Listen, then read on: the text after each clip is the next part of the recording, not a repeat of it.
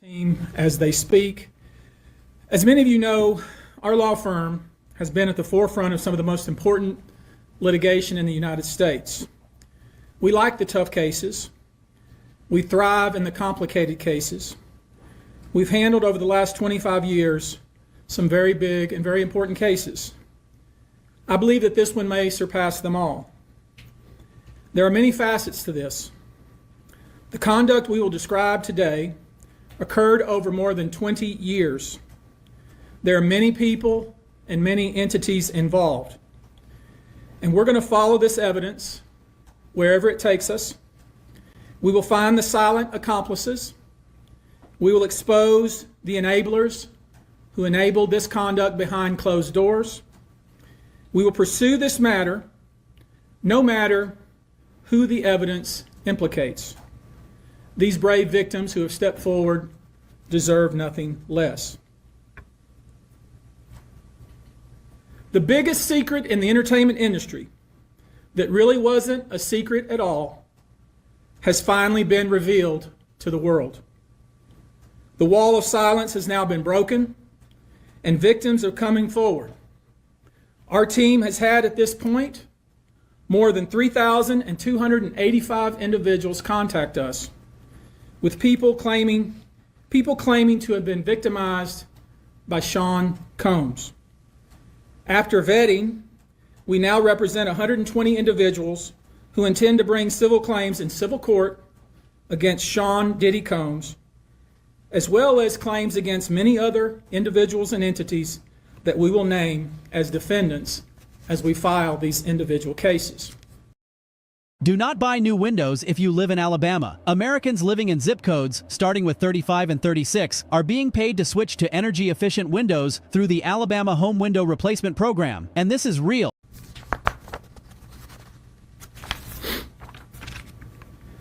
And you should know, to the extent the clients feel comfortable, we also intend to make these individuals available to the authorities, specifically to the FBI. And you should also know a few of them have already been spoken to by the FBI. Now, before we discuss the nature of the claims and claimants themselves, let me comment on the large volume of calls we have received since our first announcement. Even before the indictment of Sean Combs, we had received a small volume of calls and had screened a handful of cases. After the indictment of Sean Combs and the announcement that we were pursuing these claims, the floodgates opened.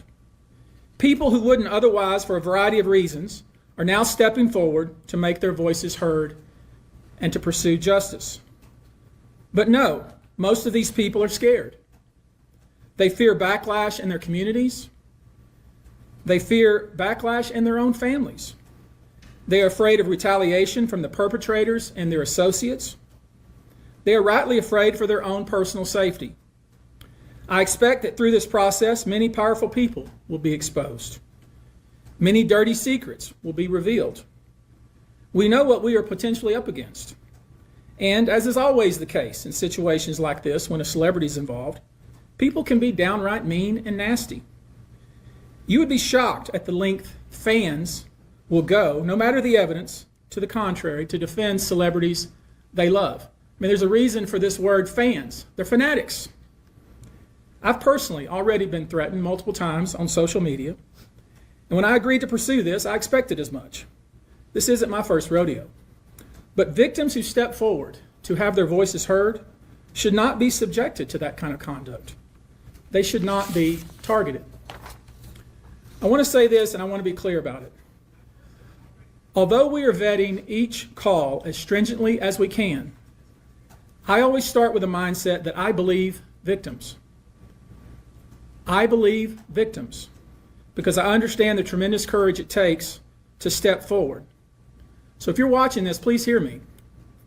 If you're out there and you have been victimized, you are not alone. There is a great strength in numbers. You can seek redress. You can obtain justice. We can help you, and we will help you. That being said, as stated, we are vetting every call that we receive. We have had to turn away some. For each, we ask for corroboration. For each, we ask for the identity of witnesses. We also have collected pictures, videos, texts. We check venues, we check dates. We want to corroborate that the claims being made have legitimacy and merit. We have on staff now a former detective from the Major Offenders Unit of Houston Police Department who is helping us vet each claim. We're using our common sense.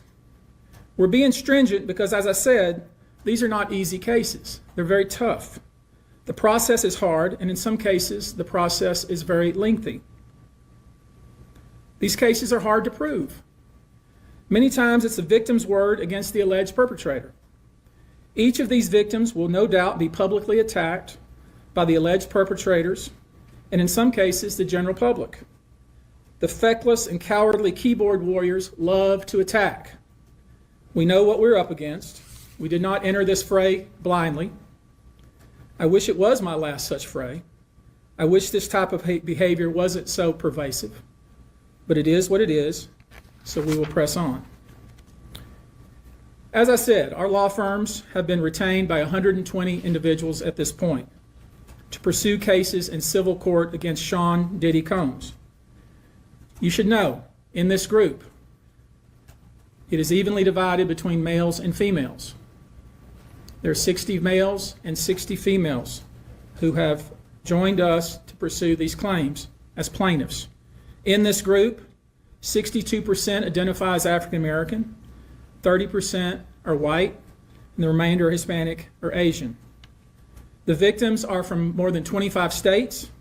The majority are from California, New York, Georgia, and Florida.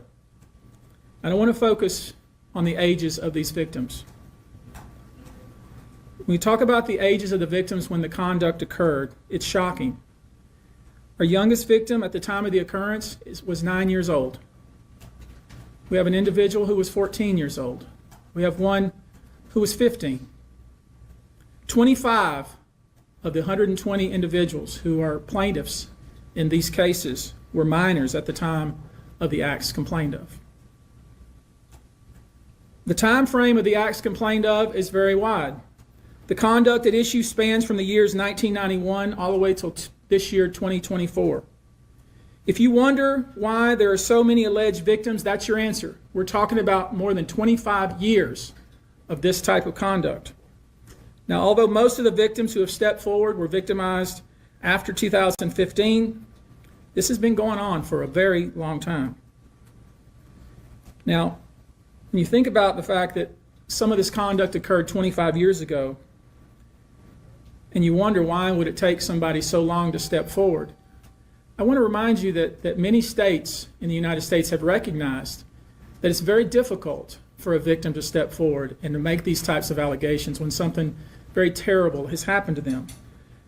I'll use New York, the state of New York, as an example. The state of New York has specific statutes in place that revive claims that are even claims that would typically be not able to be brought, that it revives such claims and they can be brought even 25 to 30 years later. Because there's a recognition there in New York and California and other states that it's very difficult for a victim to come forward. And I would respectfully suggest the only reason many of these people are coming forward because they see other victims coming forward. And it gives them some comfort that, hey, I won't be the only one. And I expect more victims will come forward. You know, there's an old saying that says, a lie has great speed, but truth has endurance. The acts complained of in these cases that we're going to file occurred primarily in New York, either Manhattan or the Hamptons, or occurred in California, primarily in Los Angeles, or in Florida, primarily in Miami. Most of these events and incidents occurred at parties, typically after parties, or album release parties, New Year's Eve parties, 4th of July parties, something they called a puppy party, the all-white party, although several of these events occurred at auditions. Many times, especially young people wanting to break into the industry, were coerced into this type of conduct in the promise of being made a star or in the promise of having Sean Combs listen to their tape or even let them read for Sean Combs. You should know that some of this behavior occurred at well-known venues in New York City. Some of this behavior occurred at private residences of people that we all know. Some of this behavior occurred at hotels that we're all familiar with. You should know that more than 55% of the victims filed reported this conduct to either the authorities, that is the police, or to hospitals. We're in the process of collecting with our team assistants medical records, reports that were made to the authorities, and I've already said that some of the individuals in this group did in fact talk to the FBI. You should know that several of the individuals, and when I say several, I mean many, who did in fact seek medical treatment were drug tested, and drugs were found in their system, weird drugs that you probably never heard of. One in particular that continues to pop up is a drug called xylazine, or trank, which based on our research is known as a horse tranquilizer. Now, there's been a lot of reports that we're filing a class action. This is not a class action. Class action is when one or two people file a case on behalf of a group of people. That's not this. These cases will be individual cases. Each case will live and die on its own merit. These cases will be filed individually, one plaintiff against whoever the defendants were involved in the case. Each case may be filed in one venue like California, another case may be filed in New York. One case may sue just Sean Combs, but multiple other people. One case may sue a range of people. I would expect most, though, to be filed, as I said, thinking or hoping, or perhaps believing that I may start naming names. Well, that day will come, but it won't be today. The day will come when we will name names other than Sean Combs, and there's a lot of names. It's a long list already. And of course, I already know who some of these individuals are, but because of the nature of this case, we're going to make damn sure that we're right before we do that. But the names that we're going to name, assuming that our investigators confirm and corroborate what we've been told, are names that will shock you. These are individual cases. There are indeed other perpetrators involved. They will be revealed when that particular individual case is ready to be filed. They already know who they are. And I'm talking here about not just the cowardly but complicit bystanders. That is, those people that we know watched this behavior occur and did nothing. And I'm talking about the people that participated, encouraged it, egged it on. They know who they are. I call them the facilitators of foul play, willing participants in vile conduct. As we identify them, each will be part of this case as defendants. These defendants will not only include individuals, but would also include corporate entities who ultimately profited off of this culture and behavior. I'm looking at banks, pharmaceutical companies, hotels. We know that many of these individuals were paid cash. We know that many of these individuals involved, whether they were the ones being assaulted and abused or they're witnessing other people being assaulted and abused and then paid and threatened and told to leave. Typically paid 10 grand in cash and told to leave. And then threatened as they were leaving. So in addition to Sean Combs, you should know the defendants in these cases we're going to file will include anyone, of course, who engaged in the assault or exploitation, anyone who participated in such in any way, anyone who encouraged or facilitated this conduct, anyone who was in the room and watched it happen but made no effort to stop it, any venue or venue owner who was aware of what was going on but failed to stop it, any individual or entity who knew about the conduct and benefited from it but did nothing to report it or stop it, and any individual or entity who covered it up or helped cover it up. These people who know who they are should just come forward now. I would imagine, as we speak here, there are a myriad of people who are very nervous. You can't hide skeletons in the closet forever. I would expect there are many people out there right now who are desperately searching their memories as they delete their texts and data. Now, although these are in fact individual cases, there is a common theme, an MO, if you will. Typically, the victim is lured into a situation where he or she is given a drink. Typically, that drink, reported by these victims, is apparently laced with something. Once that drink takes effect, the perpetrators perform all kinds of sexual acts on the victims, many times passing him or her around as other people watch and enjoy the show, and then leave the victim ashamed, confused, injured, and wondering what happened. When the victim reaches out, he or she is told not to say anything. Sometimes there are threats of physical violence or financial repercussions or bodily harm. For anyone struggling with high blood sugar, do not drink cold water. Did you know type 2 diabetes is a completely reversible condition?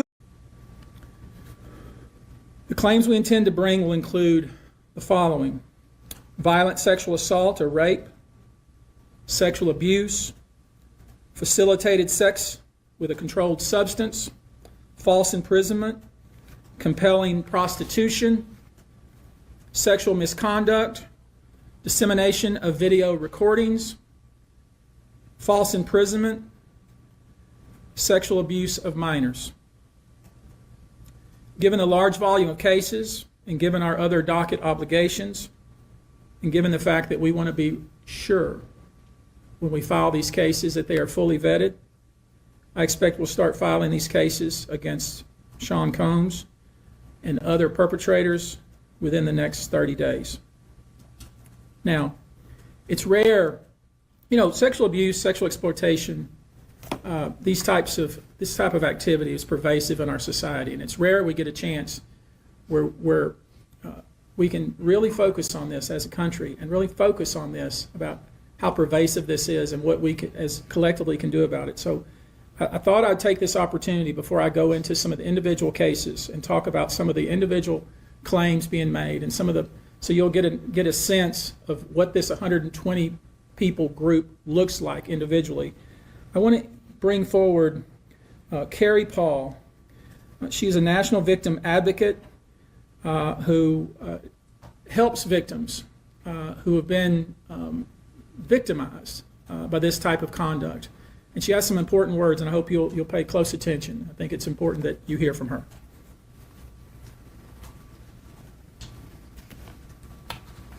Hello, I'm Carrie Paul with the National Victim Advocate. It's not easy for any survivor to come forward. Our culture doesn't believe survivors.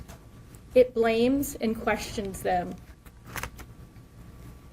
Instead of showing support, many choose to enable abusers.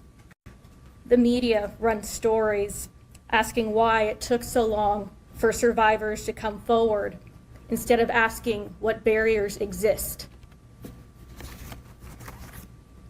We also don't equip law enforcement with the ability to handle sexual assault crimes. Lack of funding translates to lack of training.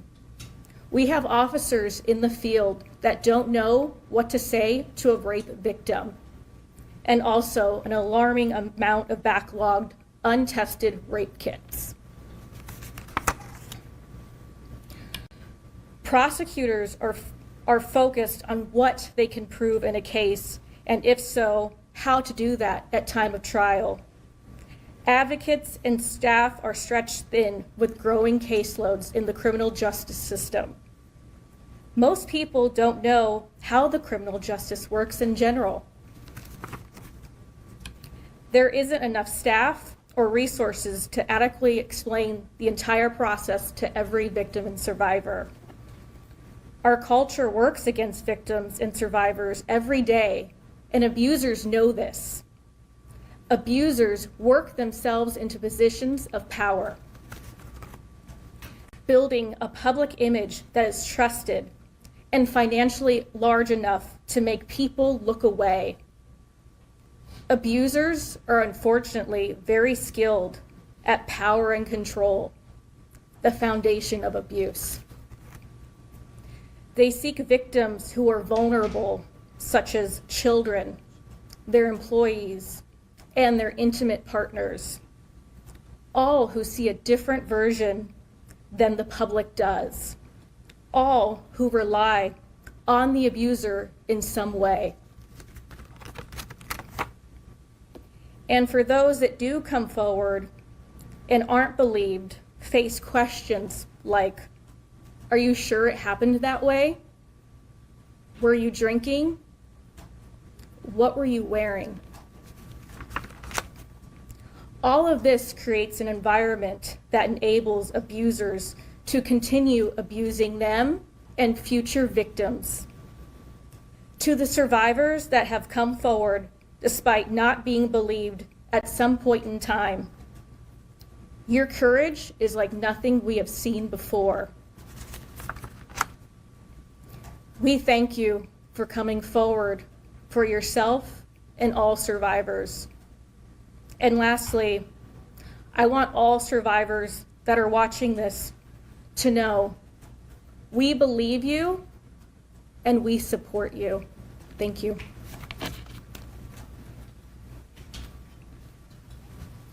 I want you now to hear from my co-counsel, Andrew Van Arsdale. We've created a sexual abuse hotline, and I want him to visit with us just a few moments about how that works and the kind of volume of calls we've received. Thank you, Tony. Like Tony said, my name is Andrew Van Arsdale. I'm the managing partner of Baby A Law Group. We have offices in California, Montana, and North Carolina. To build off of what you just so well said, it's very hard to come forward.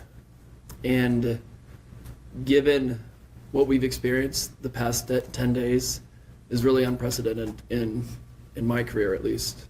We represent thousands of survivors of abuse.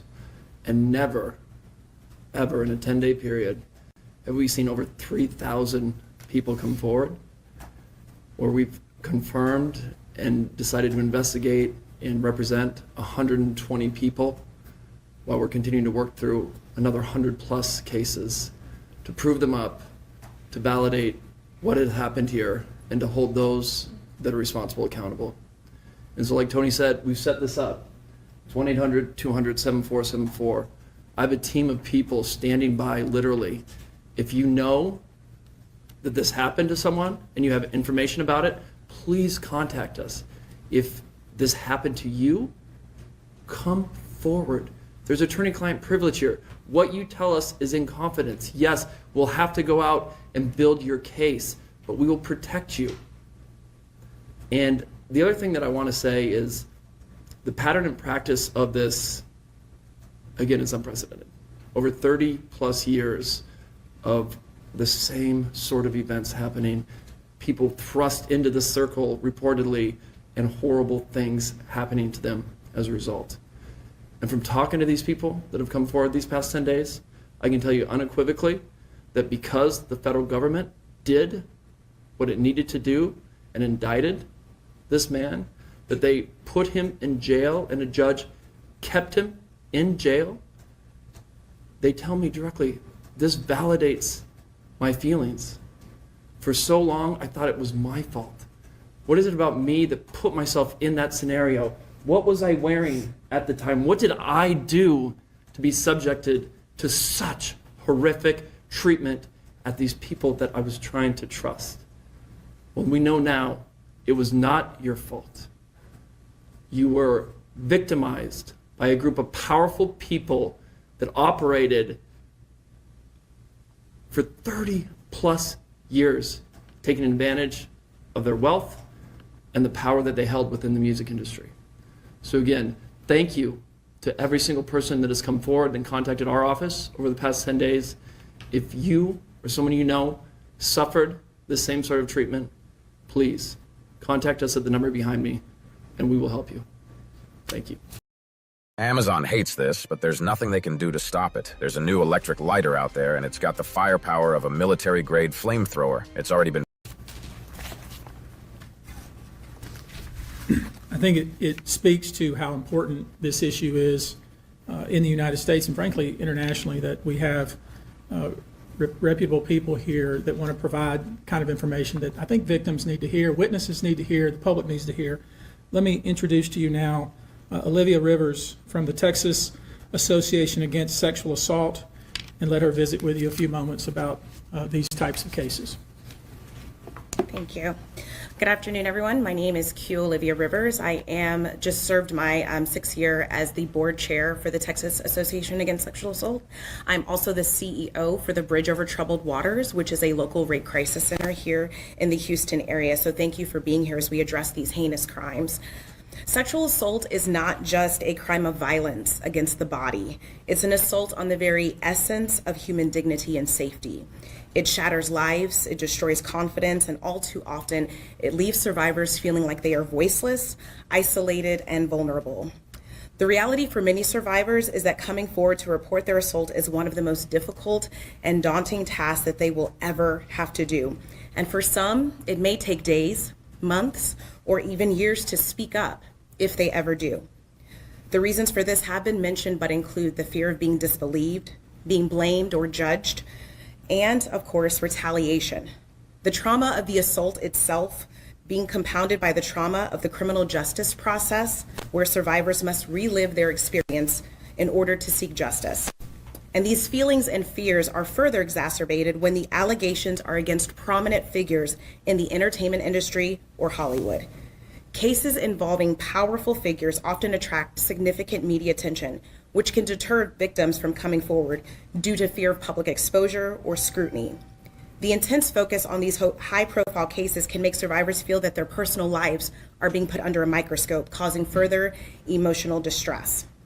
These allegations mentioned here today, as reported, reflect deeply troubling claims that deserve thorough investigation, and no individual, regardless of their stature, is above the law or public accountability. Sadly, the statistics paint a very disturbing picture. According to the National Sexual Violence Resource Center, 1 in 3 women and 1 in 6 men will experience some form of sexual violence in their lifetime. In the US alone, there are approximately 463,000 victims of rape or sexual assault every year, and these numbers barely scratch the surface, as sexual violence remains one of the most underreported crimes. But the numbers that follow tell an even more troubling story. Only about 23% of sexual assaults are reported to law enforcement. Of those, just 5% lead to an arrest, and even fewer, less than 1% of reported cases, ever result in a conviction, which is a devastating gap between the crime and the justice that survivors deserve. I want to briefly focus on our state here in Texas. According to the Texas Association Against Sexual Assault, 6.3 million Texans, men and women, will experience some form of violence. That's every 2 minutes someone is sexually assaulted, meaning during the course of this press conference, around 60 individuals will forever be changed by this violence. And those are just a few of the victims. Obviously, this is unacceptable. We cannot allow this cycle of silence and inaction to continue. We have to create an environment where survivors feel empowered to come forward, where they are met with empathy and respect and support, not skepticism and blame. We have to ensure that our legal system is equipped to handle these cases with the seriousness they deserve, and that survivors have access to the resources that they need beyond the legal courtroom. We have to address the root causes of this epidemic: prevention, awareness, and fostering environments where respect, consent, and safety are non-negotiable values. Additionally, support for survivors has to be holistic. They have to have access to counseling, medical services, legal advocacy, and of course, community support, regardless of whether they choose to report or not. To every survivor who has come forward, your bravery is an inspiration. To those who are still grappling with their decision, know that you are not alone and that your voice matters. Your story matters. We see you, we believe you, and we are committed to fighting for a future where sexual violence is no longer tolerated and where justice is not the exception, but the standard. Thank you.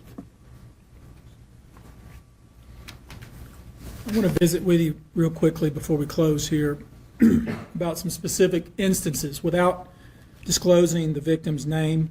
You probably know that depending on the age of the victim, you can file these cases, these individual cases, under Jane Doe or John Doe. Each state is different in that respect.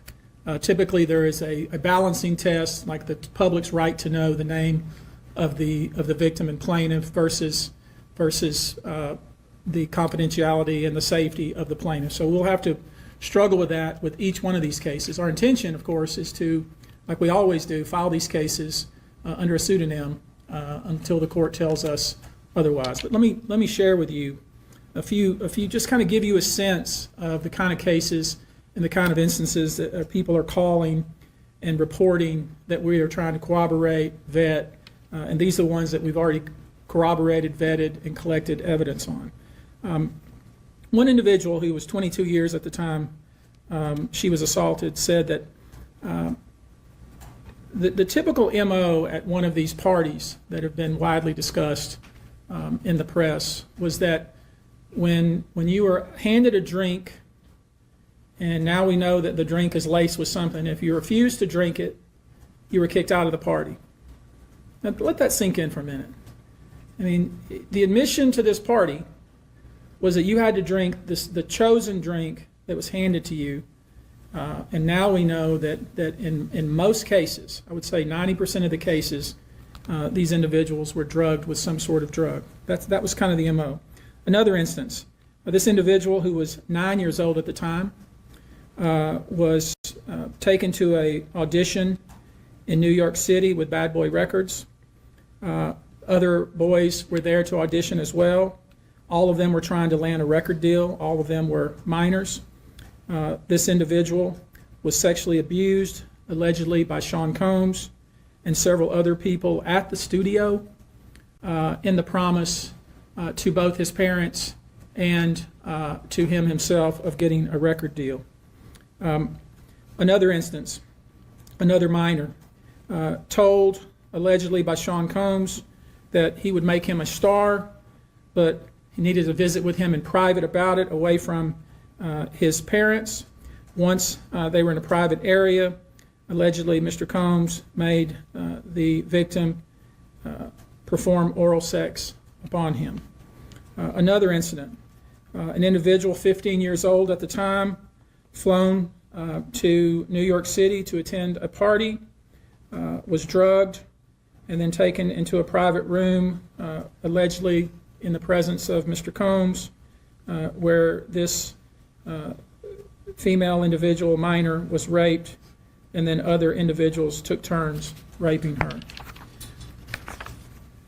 Another individual, 26 at the time of the occurrence, was picked up allegedly by Mr. Combs and several other people in a black SUV from the airport, was given one drink in the SUV, and then literally woke up the next day not knowing what had happened, but with pain and damage to both her vagina and her anus, where she then went to the hospital. She was missing her underwear and her shoes. Another instance, an individual, this time not a minor, attended a group dinner, allegedly with Sean Combs in Miami. She wasn't drinking because she was pregnant, but whatever she drank at the table, apparently, at least according to her, was laced with something. She blacked out, and she woke up in the same bed, again allegedly, with Mr. Combs in his mansion in Miami. Her vagina and her anus were torn and sore. And I could go on. I mean, literally, you're sensing a theme here. It's the same theme, and it all involves some sort of drug. One instance, an individual who was 20 years old at the time was asked to attend, just saw her on the street, asked to attend a party in a hotel. She was flattered, went to the party, was given one drink and doesn't remember anything else.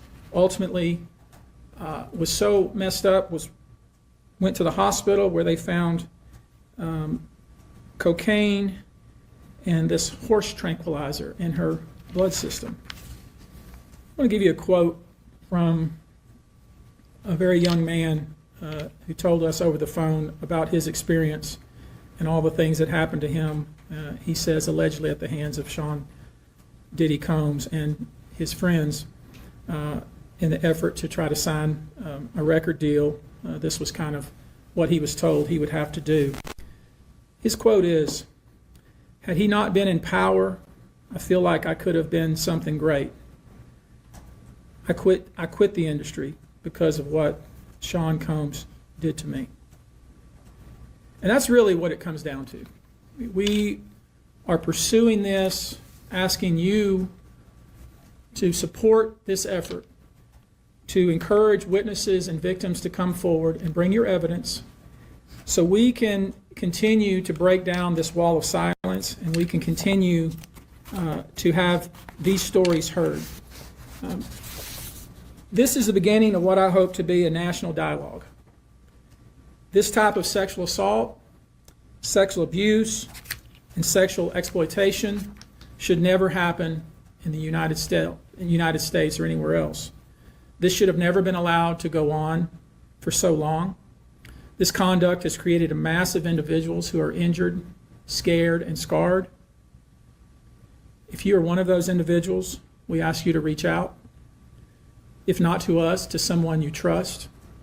If you are someone who witnessed any of these events, we ask you to reach out. Your name can remain confidential. With that, I'll take a few questions, not many, maybe two, but if you have a question, I'll be pleased to try to answer it. Perfect. How many minors are making accusations in total, and are the feds aware of the allegations of minors in the case? I don't know what the feds are aware of, okay, but I do know it's 25 out of this 120. And Tony, But I will say this to that point. We welcome the FBI or any authority who wants to come to us, and we're going to make that available to these victims because I think that's important. My suspicion is, based on talking with these folks, is that the FBI is just not aware of these people. The FBI has talked to some of these folks, and I'm going to try to encourage the victims to, in fact, talk to the FBI because I think they have some very important things to say. Tony, were all of the children auditioning because they were musicians, or were any of them kids of employees or anything like that? All seeking either TV or some sort of music career with promises of, we're going to make you a star. Instead, basically did things to them such that they don't want to have anything to do with the entertainment industry ever again. All right, guys. Thank you very much for your attention. We're going to go now. Thank you.